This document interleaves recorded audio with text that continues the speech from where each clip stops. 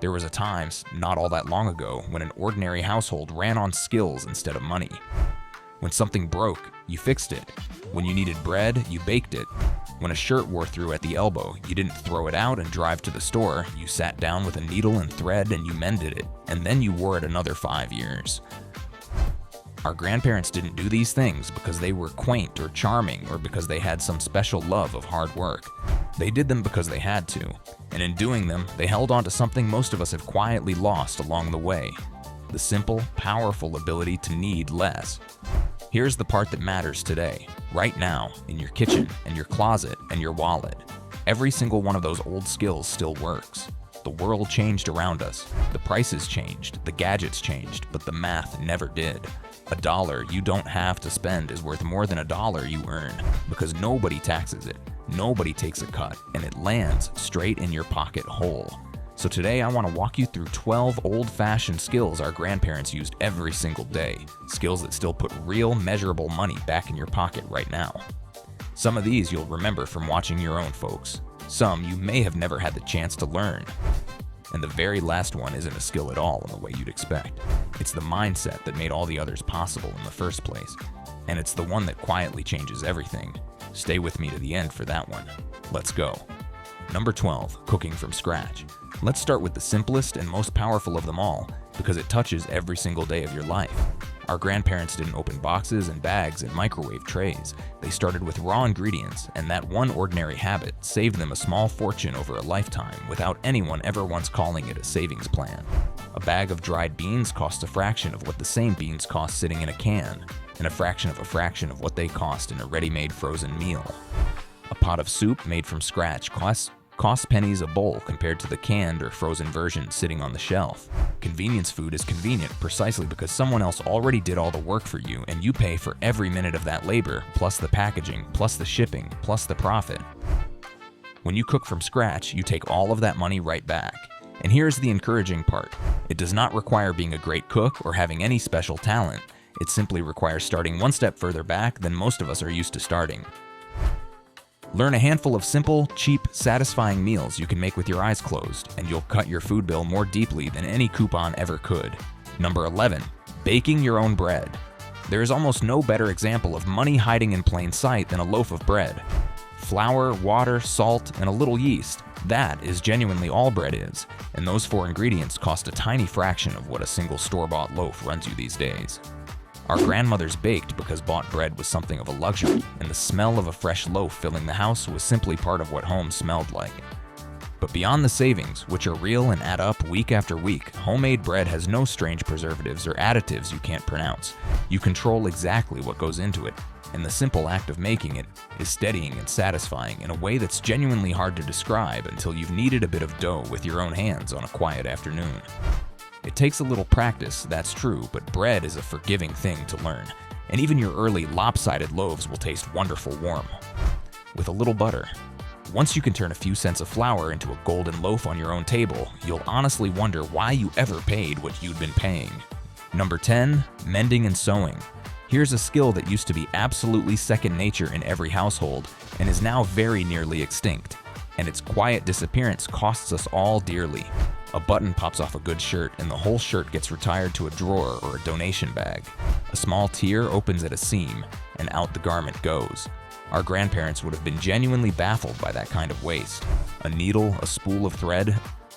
A spool and 20 minutes of patience could keep a perfectly good garment in faithful service for years more. Hemming a pair of pants, patching a worn knee, replacing a missing button, taking in a seam that's gone loose. These are not difficult skills at all. They're simply unpracticed ones in our day. Learn the 4 or 5 basic stitches, which you can do in an afternoon, and you'll stop replacing clothing that only ever needed a few minutes of quiet attention. The very same goes for curtains, bed linens, towels, and bags. In a throwaway world that wants you to buy everything twice, the person who can sit down and mend is the person who quietly holds on to their money. Number 9, growing a little of your own food. Now, you do not need a farm, and you don't need acres of land or a green thumb you were born with. Our grandparents understood deep in their bones that even a small garden, a few pots lined up on a sunny windowsill, a modest patch of dirt by the back door could meaningfully cut the grocery bill and put fresher, better food on the table than money could buy. tomatoes, herbs, leafy greens, beans, peppers. These all grow with very little space and very little money. And a single packet of seeds costs less than one trip's worth of the produce it can grow for you across a whole season. But there is something else here too, something that no dollar figure can fully measure. Tending a few plants gives you a real reason to step outside into the morning, a small and gentle daily purpose, and the deep, old satisfaction of eating something you coaxed up out of the ground with your own two hands.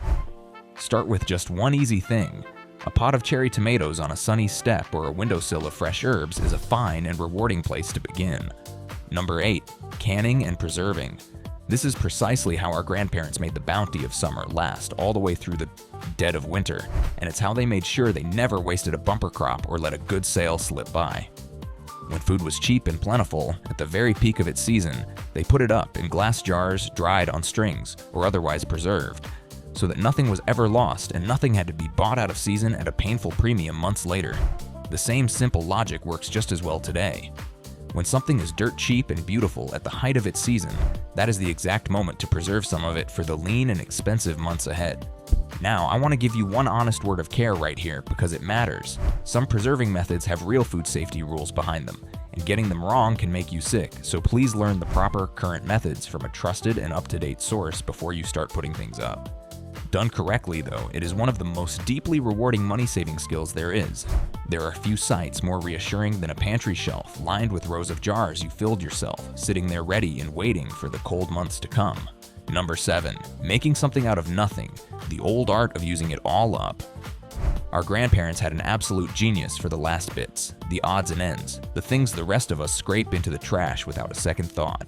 The bones and carcass from a roast chicken became a rich pot of stock. Vegetable peels and trimmings became the base of a soup. Stale bread became bread pudding or croutons or the thickening for a hearty stew. Nothing at all left the kitchen as garbage if there was any possible way it could become food first. We have lost this habit almost entirely, and as a result, we throw away a truly staggering amount of money straight into the trash bin every single week without ever once noticing it leave. So start paying close attention to what you discard. Keep a bag in the freezer for vegetable trimmings and bones, and when that bag is full, make yourself a big pot of broth that would have cost you real money to buy in a carton. The simple, steady habit of using everything is one of the purest and most satisfying forms of saving there is. If this is stirring up warm memories for you or teaching you something you find yourself wishing you'd learned years and years ago, a quick like genuinely helps this channel reach other folks who would treasure these old skills just as much as you do. It's completely up to you, but it does make a real difference for a small channel trying to keep this kind of wisdom alive. Now let's get into the second half, because the next handful are the ones that quietly add up to the very most over a year. Number 6, line drying your laundry. Here's one of the easiest savings that most people never even stop to think about. An electric clothes dryer is one of the hungriest, most power-guzzling appliances in your entire house, and our grandparents got along perfectly well without one for most of their lives. A simple line strung up in the yard, or a folding rack set up indoors near a sunny window, costs almost nothing to buy and uses no power at all to run. And here's a bonus most folks don't realize. Your clothes actually last considerably longer because all that tumbling and high heat inside a dryer is exactly what wears fabric out and fills the lint trap with what used to be your favorite shirts and towels. Fresh air, a bit of sunshine, and a little patience, that's the entire method, start to finish. Over the course of a year, the savings on your power bill are real and meaningful, and as a small gift on top, the clothes come in smelling better than any dryer sheet could ever manage. Number 5, repairing instead of replacing. Our grandparents lived by one simple, sturdy rule that served them well their whole lives. Fix it first. A dripping faucet, a squeaky door hinge, a wobbly kitchen chair, a tool that's gone dull, a lamp that stopped working. These were all things to be calmly handled, not reasons to call an expensive repairman or rush out and buy a brand new one. So much of what breaks in an ordinary home is genuinely easily fixable with a little patience and a few basic hand tools. You do not need to be a master carpenter or a born handyman. You need a decent screwdriver, some strong glue, a bit of wire, perhaps a wrench, and most of all the simple willingness to look at a broken thing and ask yourself before you ever reach for your wallet, can I mend this one myself? 9 times out of 10, with a little looking and a little trying, the honest answer is yes, and every single yes is money saved and kept.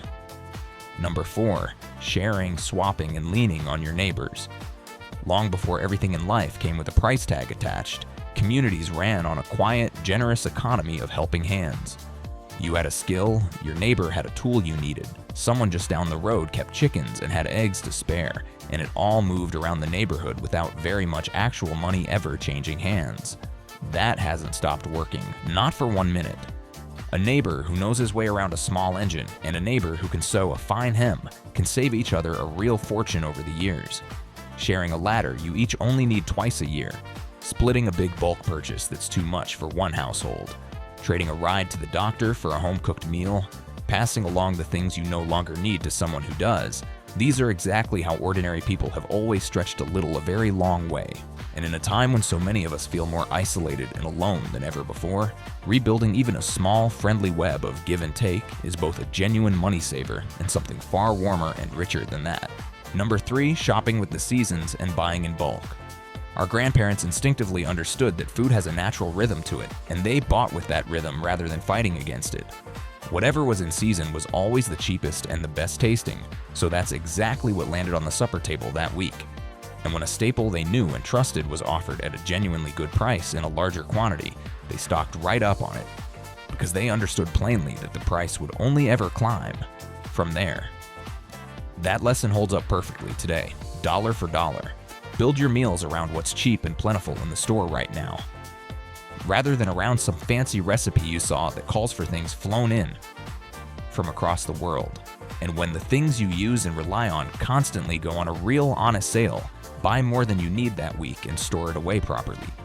Spending a little more today so that you never have to pay the higher price tomorrow is one of the oldest and smartest money tricks there ever was. Number 2, doing it yourself instead of paying to have it done. From household cleaning supplies to simple home comforts to small projects around the house, our grandparents made and did an absolutely astonishing amount of things with their own hands. Plain, cheap household basics like vinegar and baking soda cleaned most of the house from top to bottom for just a few cents. A simple haircut at the kitchen table with a towel around the shoulders saved a regular expense that adds up fast over a year. Small gifts were made by hand and meant a great deal more to the people who received them for exactly that reason. Every single time you do a thing yourself instead of paying someone else for the finished version, you keep the money that would otherwise have gone straight to another person's labor and markup. Now, not everything in life is worth doing yourself, and I won't pretend it is, but you will be genuinely amazed at how much truly is, once you simply start asking yourself the question before you reach for your wallet. And number 1, the skill that lives underneath all the others, the foundation that holds the whole house up. Living within your means and finding contentment in having enough. This is the one that isn't really a technique at all, and that's exactly why it's the most important. It is a whole way of seeing the world, and it is the bedrock our grandparents quietly built everything else on top of. They did not measure their worth by what they owned or how new it was. They did not chase after every shiny new thing the very moment it appeared in a shop window or an advertisement.